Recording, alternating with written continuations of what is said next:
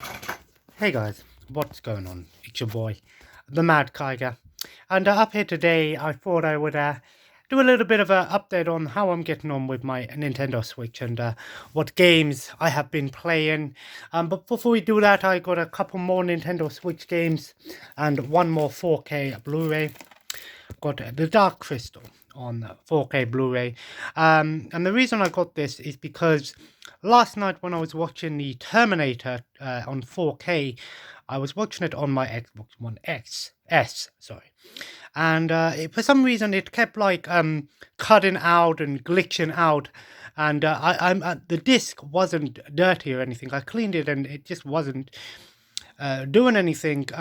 So I had to watch the normal Blu-ray. Not that it really mattered, but one thing I didn't notice about the Terminator 2 4K is when I put in the 4K edition, it was saying something about 3D. This is the 3D version, but the disc doesn't say anything about it being in 3D.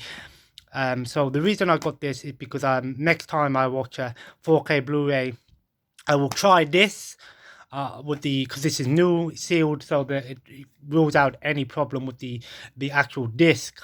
But hopefully this will work no problems. If it does the same thing, then I'm just going to assume that Xbox One S is a lie and it doesn't play 4K Ultra HD Blu-rays, and I might just invest in a 4K Blu-ray player perhaps, or maybe just won't bother with the 4K Blu-rays.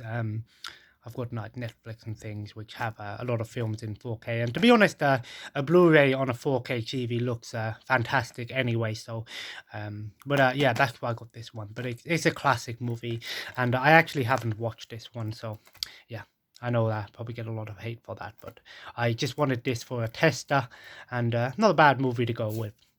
And two more Nintendo Switch games. Thank you for Heather for buying these for me, my partner. So she treated me to a few games. I got here Contra Rogue Corps. I did a little bit of research on this, and the game actually didn't sell very well, and it didn't actually live up to the expectations. Unfortunately, this isn't your traditional Contra game. It's a twin-stick shooter, and I love twin-stick shooters, and to be honest, on Nintendo Switch, it works perfect. It would work great because, you know, it's arcadey and great for on the go. And I'm ashamed to admit this is my first Contra game that I own physical. This actually takes more from the PlayStation 2 game. I think it was called Shattered Soldier or something like that. I don't know. But the PlayStation 2 game was a twin-stick shooter, whereas this is also a twin-stick shooter with some arcade elements and RPG elements here. Unfortunately, I don't think the game did very well, and it didn't live up to the expectations. But still, to have a physical Contra game is always nice. And also, I got here, this is sealed. I'm going to be unboxing this quickly. This was £20, and it Dusk Diver Day 1 edition. Another P-Cube game, so it leads me to believe that P-Cube do pretty much all of their games in this Day 1 edition style. And I also have a Kiva's Beat on PS4, and it had the same sort of stuff inside, you know, art book. But yeah, we'll open this up and quickly flick through it before I talk about what I've been playing on my Switch. So £20 for a limited edition almost. Defend the secrets of Taipei. Walk between dimensions, the mortal realm and the shadowy Yoshandin. Fight alongside your guardians as part of an action-orientated combat system. Immerse yourself in the city, build relationships, and try local food to increase your attributes.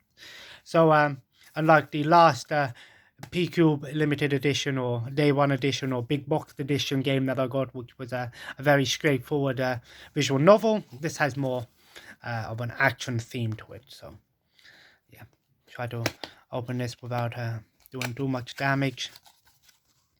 And this includes the game, an art book, and even some collectible badges. So we have the game. I'm going to keep it sealed until I play it, just for There's things. And here we have the badges. I'm going to keep these sealed as well, sorry.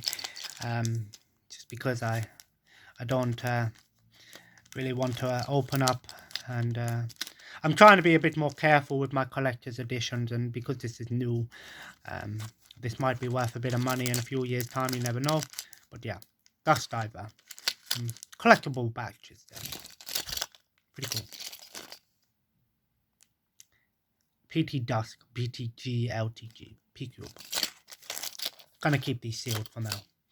But we will flick through the art book. And yeah, P-Cube are pretty nice to include these little art books in their games. Characters. Yang Yumo.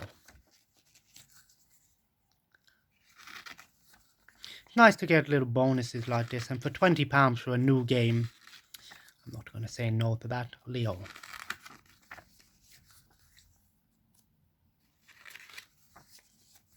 Lots of concept art here. Looks sort of like a chainsaw, but it isn't.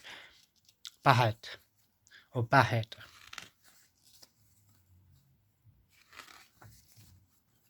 You can pause the video if you want a closer inspection. Liviida. Not as scampy as the and risque as the last art book we read. Leo Yusha.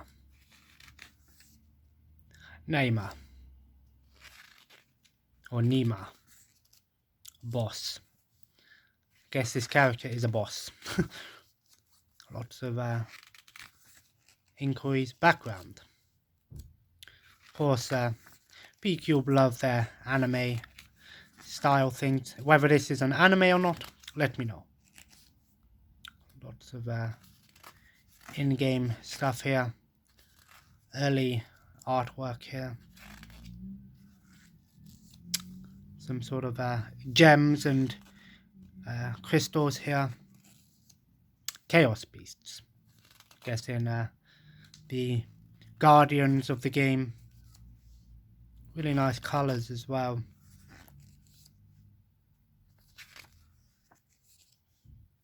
Almost sea serpent style there. Really nice looking beasts here. More of a cutesy style one there. Some long tails and things. Illustrations. So some Ali, some nice art here.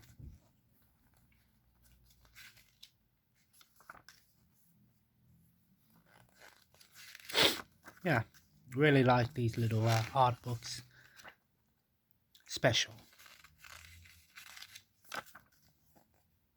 Merry Christmas and Happy New Year. Bit of sideboard there. Almost like pin-up art there. The old pin-up art. And yeah. There we have Dust Diver. Power Rangers. That is Power Rangers. Or Super Sentai perhaps even. I did not expect to see that in there. Out of all the things that this game probably includes, I did not expect to see a Super Sentai or Power Rangers style. That's pretty interesting. It makes me want to play this game actually. So yeah, nice little set there. I'll put it all the way after this video. So, what have I been playing on Nintendo Switch? Oh, and I also got another Millennium Falcon Hot Wheels here. Before I talk about that, I've got a bit of an idea I want to do. I'm gonna get these big metal cases and put all of my promotional game items and you know, trinkets and magazines in them, put them all away. And I might do the same thing with all of my Star Wars stuff or TV stuff or movie stuff. And that way it's all kept away in a case, and I don't have to worry about them being left on the floor or my son getting hold of them. And when I accumulate a good amount of stuff, it will make for a good video. So, what have I been playing on Nintendo Switch? I have been playing a few digital games. I don't have my Switch up with me, but I tried out Space Pioneer, and that's a pretty fun, almost twin stick shooter, um, very mobile style. It's all about short levels and trying to get doing challenges like get the best time or complete a mission without being hit.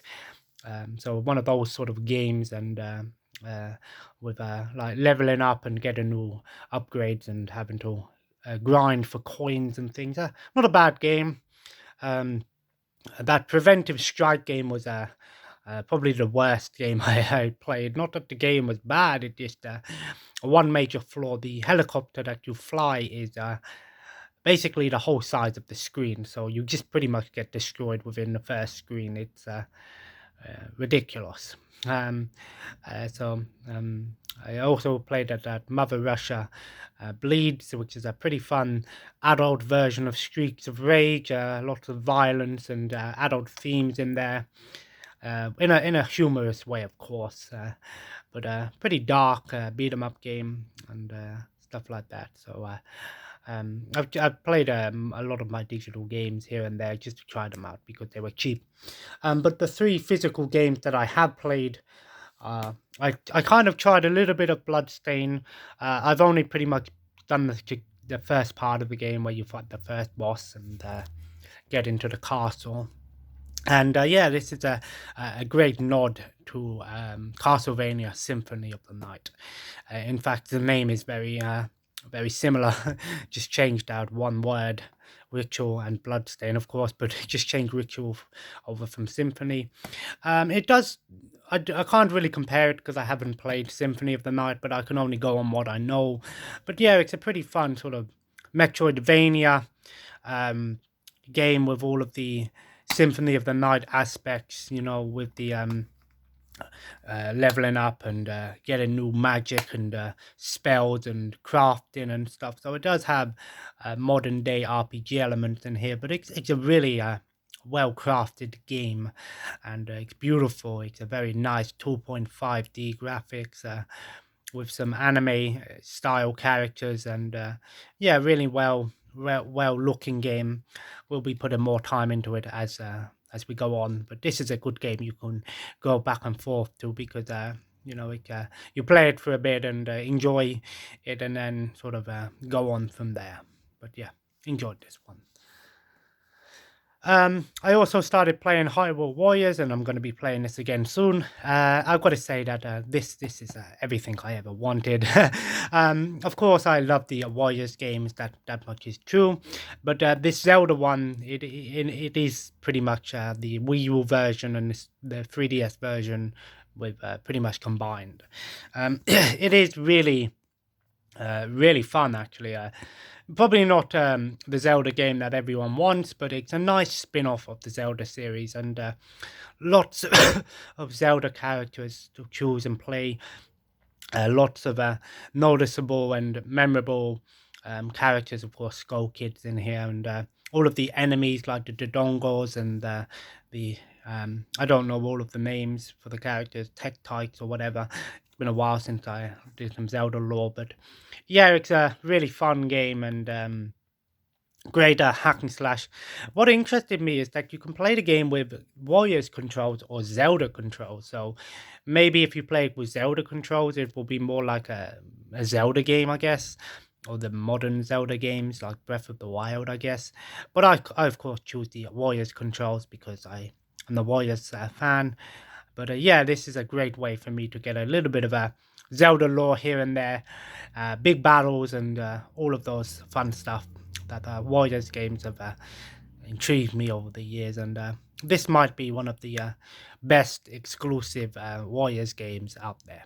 So yeah, really great game, and the graphics and sound are gorgeous. The music is fantastic as well. Lots of remixed versions of Zelda things, but all of the traditional Zelda sounds are there. The opening of the chests is still an event, of course, and yeah, of course there's history in here from the Warriors and Hyrule, of course, but still. Really, I'm enjoying this game. I've only done 2 missions so far, but looking forward to going back and playing some more soon. And last but not least is Marvel Ultimate Alliance 3. I've got a bit to say about this game. First of all, I love the Marvel Ultimate Alliance series. 1 and 2 are some of my favorite Marvel games. The only what I will say is that this game retains pretty much most of the stuff that made the Ultimate Alliance games fun. You know, the swapping out of characters, the leveling up, the switching between characters, and the team attacks and things like that. But in my opinion, it doesn't add too much to the series. With some of the DLC and updates, you've got new modes, challenge modes, and timed modes, and harder difficulties, and it has that Koei Tecmo feel to it with the grinding process of being able to go back and play with each character and unlock certain characters and level up and grind and stuff and play on harder difficulties. So it does have some replay value for people that don't have a lot of games, but for the Switch. But still, in my opinion, there was two things that it slacked on. The RPG element in the game is very basic. The older games had all of these cool items you can get, which the first game, you could get like items which increase certain abilities or increase your stats. You have no control over your stats for a start. You can't control what stat you want to focus on. It's all auto upgrade. The only thing you can upgrade are your abilities, your special abilities, and your ISO, which is basically like those stats that I was talking about, the certain items. But for me, it just doesn't feel as refined as the old Marvel Ultimate Alliance game. It takes more after 2, I think, than the first one. And the second thing I didn't really like is the level design. Although it does, have pretty much everything from the Marvel universe, the typical places that you'll go, the X-Men Academy, and of course, the Dark Dimension and the Nowhere and stuff like that. But the levels are pretty much point A to B, with some branching paths to find certain items and light puzzling. I say that very lightly, but what made the first game great was some of the levels. In my opinion, the first game had the best level design, with that awesome Murder Town or Murder World level. You remember the arcade level where you go inside the carnival and you're inside a pinball machine, and then you go inside a Pitfall arcade game and play Pitfall with Marvel characters. That's why I loved the first game, because its level design was really cool. Whereas this game, they sort of cut down on the level design. I still enjoyed this game, don't get me wrong. I still think this is a great Marvel Ultimate Alliance game and a welcome addition to the series. And I do like the design. A lot of the characters look their traditional cartoonish graphics, and of course, all wearing their iconic uniforms. Of course, no Wolverine like in the original Ultimate Alliance. Wolverine wore his shirt and jeans, whereas in this game, at least, we have the traditional Wolverine, and same with Iron Man and Spider-Man and Thor and stuff. Um, so traditionally, this is a pretty good Marvel game for Marvel fans and even fans of the Ultimate Alliance series, and it's great for people who want something a little bit more chilled, nothing that's going to demand too much attention and time into it. But yeah, I enjoyed this game. I'd give it maybe like a 7.5 out of 10. Definitely could make some improvements on it, but they have included free updates with new modes and bonus modes and challenge modes, so it does have its play value to it, and it is a game that I could see myself going back and playing through again. And but one thing I will say is that I only struggled on one boss, and that was Kingpin. But like the old Marvel Ultimate Alliance games, it's best to stick with one team for a playthrough. Don't keep switching out characters unless you've leveled them up in challenge modes or something, or grinded out characters. Because if you get to a later stage and you have, a team that's not as strong and stuff like that, you're not going to get too far. So I stuck with Wolverine, Iron Man, Scarlet Witch and Venom was my first team playthrough, and if I ever did another playthrough, I would probably I'd stick with that team if I did it on the harder difficulties, of course, just so I can beat the game on harder difficulties. But if I did another playthrough on easy or something, I would switch out the team or something. But like I said, it's not a bad game. It just didn't improve too much, and it did sort of let down somewhere. It was a disappointment to some people, but it had its play value, and it had its place in Marvel history with Marvel Avengers coming out soon. I think most people are going to forget about this game and go straight to Marvel Avengers, the Square Enix title. So yeah, these are what I've been playing lately, or at least tried. This is what I'm playing at the moment. So yeah. Overall, a nice little day. Always nice to get another big boxed Switch game, and of course, my first Contra game. Even though it's not your traditional Contra, it still bears the name. How well, I don't know. So we'll see when I play it. But I really am enjoying Nintendo Switch. It's a lot of fun, and it's really nice to just sit there and play some games in the day without, needing to put aside some time to do so. You can just sort of play for an hour or so and get on with the rest of the day and stuff like that. So anyway, if you enjoyed today's video, feel free to leave a like and of course comment below. Let me know what you've been playing recently. What have you got on the Switch? Are there any particular games that I should look out for on Switch? So yeah, really enjoying the Switch collecting at the moment. I've got about 10 games now, nearly, so physical at least, so slowly working on that set. But yeah, gotta love the Switch. And of course, subscribe if you haven't already, and join the family. And as always, have a nice day, and I will see you in the next video. Follow me on Twitter and Instagram at the Mad Kiger. Goodbye.